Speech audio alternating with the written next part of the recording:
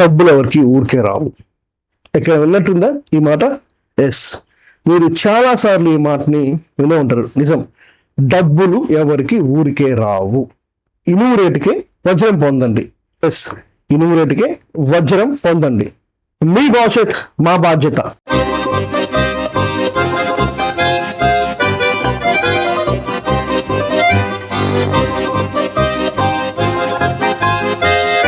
Hi, welcome back to our YouTube channel EDU Expo 360. నేను మీ సందీప్ కొనుగల. సందీప్ గారు ఏదో ఇనుము రేటుకే వజ్రం పొందండి అని చెప్తున్నారు. ఏంటండి అంటే, ఎస్, ఈ వీడియో మీరు చివరి దాకా స్కిప్ చేయకుండా చూస్తే ఆ వజ్రం అంటే ఏంటి, ఆ ఇనుము అంటే ఏంటి మీకు అర్థమవుతుంది. Dear students, parents, subscribers and viewers, దయచేసి మా ఛానల్ని సబ్స్క్రైబ్ చేయండి, లైక్ చేయండి, కామెంట్ చేయండి, షేర్ చేయండి. మీకు ఇంతకుముందు వీడియో చెప్పినట్టు ఆడవాళ్ళనే కాదు మగవాళ్ళని కూడా ఎంకరేజ్ చేయండి. ఆలస్యం చేయకుండా మనం వీడియోకి వెళ్ళిపోదాం. ఇనుము రేటుకే వజ్రం పొందండి అంటే ఏంటంటే, చాలామంది పేరెంట్స్ చేసేది ఏంటంటే వాళ్ళ పిల్లల భవిష్యత్తు మీద చాలా ఇన్వెస్ట్ చేస్తారు. అక్కడ ఇక్కడ అప్పులు చేసి రకరకాల ఇల్లు తాకట్టు పెట్టి, బంగారం తాకట్టు పెట్టి, ఉన్న పొలం తాకట్టు పెట్టి, ఎస్, బిడ్డ భవిష్యత్తు కోసం ఎన్ని చేయాల్సిందే. కానీ నేను చెప్పినట్టు మీకు ఇనుము రేటుకి డైమండ్ దొరుకుతున్నప్పుడు మనం ఎంత చేయాలి? ఓకే, చేసాం, బాగానే ఉంది, అప్పు చేసాం, అందరి దగ్గర డబ్బులు రూల్ కూడా ఏం లేదు కదా. కానీ మనం చేసిన అప్పులు కూడా త్వరగా తీర్చేటట్టు ఉండాలి.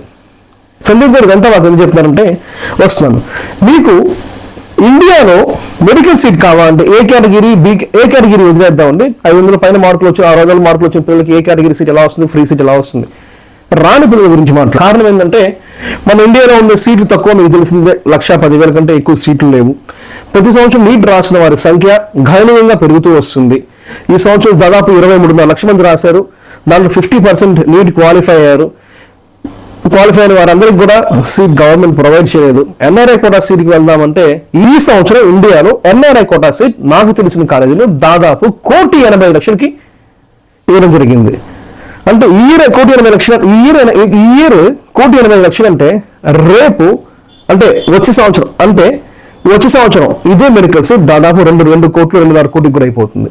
ఇండియన్ గవర్నమెంట్ మనకు ఆల్రెడీ చెప్పింది, ఇండియా చదివినా బయట కంట్రీలో చదివినా ఒక కామన్ ఎగ్జిట్ టెస్ట్ అంటే IMGs, ఇంటర్నేషనల్ మెడికల్ గ్రాడ్యుయేట్స్కి, ఇండియన్ మెడికల్ గ్రాడ్యుయేట్స్కి ఒక కామన్ ఎంట్రన్స్ ఎగ్జామినేషన్ కండక్ట్ చేసి, తద్వారా లైసెన్స్ అండ్ రిజిస్ట్రేషన్తో పాటు మెడికల్ PGలో కూడా ప్రవేశానికి ఎంట్రన్స్ ఎగ్జామినేషన్ కండక్ట్ చేస్తామని చెప్పింది. ఆ ఎగ్జామ్ పేరు నెక్స్ట్ ఎగ్జామ్. ఆ ఎగ్జామ్ని మనకి 2 విధాలుగా కండక్ట్ చేస్తున్నారు. స్టెప్ 1, నెక్స్ట్ స్టెప్ 2 అని చెప్పేసి, నెక్స్ట్ స్టెప్ 1 వచ్చేసి లైసెన్స్ రిజిస్ట్రేషన్ అండ్ ఇంటర్న్షిప్ కోసము, నెక్స్ట్ స్టెప్ 2 వచ్చేసి మనకి మెడికల్ PG ఎంట్రన్స్గా ఉంటుంది. ప్రతి స్టూడెంట్ ఈ 2 ఎగ్జామినేషన్ పాస్ అయితేనే వారికి మెడికల్ PGలో ప్రవేశం ఉంటుంది. ఓకే, సందీప్ గారు ఎంత తెలిసిన విషయం అర్థం చెప్తున్నా అంటే, మీకు రష్యాలో గవర్నమెంట్ యూనివర్సిటీలో 19 లక్షలకి 6 సంవత్సరాలు మీకు మెడికల్ సీట్ వస్తున్నప్పుడు మీరు 1.5 కోటి ఇంత కట్టి ఎందుకు వెళ్తుందో నాకు అర్థం కావట్లేదు.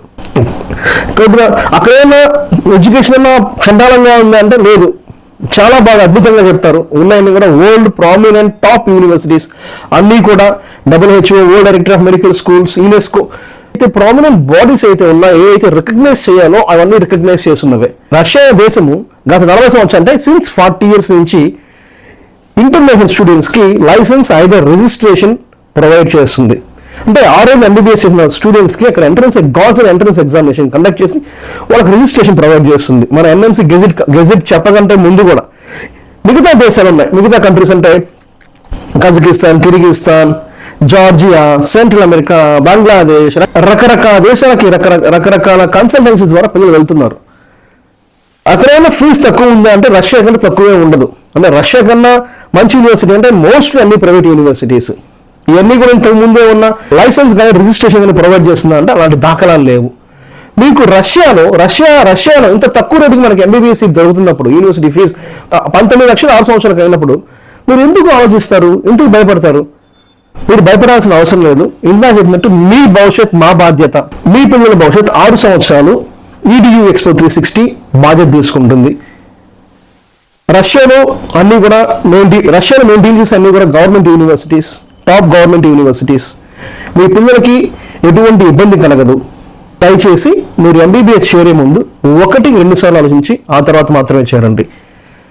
చెప్పేదన్నా డబ్బులు ఎవరికి ఊరికే రావు. మీరు మీ కష్టార్జితాన్ని పిల్లల భవిష్యత్తుకి ఉపయోగించండి, కానీ మీ స్థాయిని మించి మాత్రం ఉపయోగించద్దు. ఎందుకంటే నాకు తెలిసిన చాలా మంది పేరెంట్స్ అప్పులు పాలైపోయి పిల్లల భవిష్యత్తు మధ్యలో అనుకున్న స్థాయికి చేరక ఆర్థిక ఇబ్బందుల వల్ల. అందుకని మీరు డబ్బులు పిల్లల మీద ఇన్వెస్ట్ చేసే ముందు, అంటే పిల్లల చదువు మీద ఇన్వెస్ట్ చేసే ముందు తెలివిగా ఇన్వెస్ట్ చేయండి. ఇండియాలో చదివినా బయట దేశంలో చదివినా ఇక్కడికి వచ్చి ఎంట్రన్స్ రాయాల్సిందే. దయచేసి కోట్ల ఖర్చు పెట్టద్దు. అండ్ మోర్ ఓవర్ ఇక్కడితో అయిపోయిందా ఎంబీబీఎస్ అయిపోదు, మళ్ళీ ఇండియాకి వచ్చి పీజీ చేయాలి. డెర్మటాలజీ డిపార్ట్మెంట్ రీసెంట్గా పీజీ కోర్స్కి 3.5 కోటి ఒక మెడికల్ కాలేజ్ ఫీజుగా, ఎన్ఆర్ఐ కోటా ఫీజుగా ఛార్జ్ చేసింది. చూడండి. సో ఇక్కడ మీరు ఇండియాలో 1.5 కోటి పెట్టి, అంటే 2 కోట్లు, అఫ్కోర్స్ 2 కోట్లు అనుకున్నాను, 2 కోట్లు 3.5 కోట్లు దాదాపు. ఇప్పుడు అంటే నేను చెప్పిన 2026 పరిస్థితి అంటే దాదాపు ఎంత అయిపోయింది? దాదాపు 5 కోట్లు అయిపోయింది. ఏంటి ఇప్పుడు పోయేకుండా ఈ సీటు అనేది పెరగడం తప్ప తగ్గేది ఉండదు. అందుకని మీరు ఇన్వెస్ట్ చేసే ముందు జాగ్రత్తగా ఇన్వెస్ట్ చేయండి. రష్యాలో మేము అనుకోవచ్చు సార్ బయట దేశం బాగా చెప్పండి, అబద్ధం అండి. రష్యాలో చాలా బాగా చెప్తారు. అండ్ మోర్ ఓవర్ రష్యాలో మీకు తెలిసిన విషయమే, మన కరోనా కూడా వ్యాక్సిన్ కనుక్కుంది రష్యా దేశమే. ఆ వ్యాక్సిన్ వల్ల ఎటువంటి సైడ్ ఎఫెక్ట్స్ కూడా లేవు. మిగతా దేశం కనుక్కున్న వ్యాక్సిన్స్ వల్ల సైడ్ ఎఫెక్ట్స్ ఉన్నాయని చెప్పారు, కానీ స్పుత్నిక్ అనే వ్యాక్సిన్ వల్ల ఎటువంటి సైడ్ ఎఫెక్ట్స్ గురించి కూడా చెప్పలేదు. సో ఇవన్నీ మనకు తెలిసిన విషయాలు విదితమే. అందుకని మీరు ఎంబీబీఎస్ చేర్చే ముందు 1-4 సార్లు ఆలోచించి కరెక్ట్ అయిన కన్సల్టెంట్ ద్వారా చేర్చండి. Thanks for watching our video.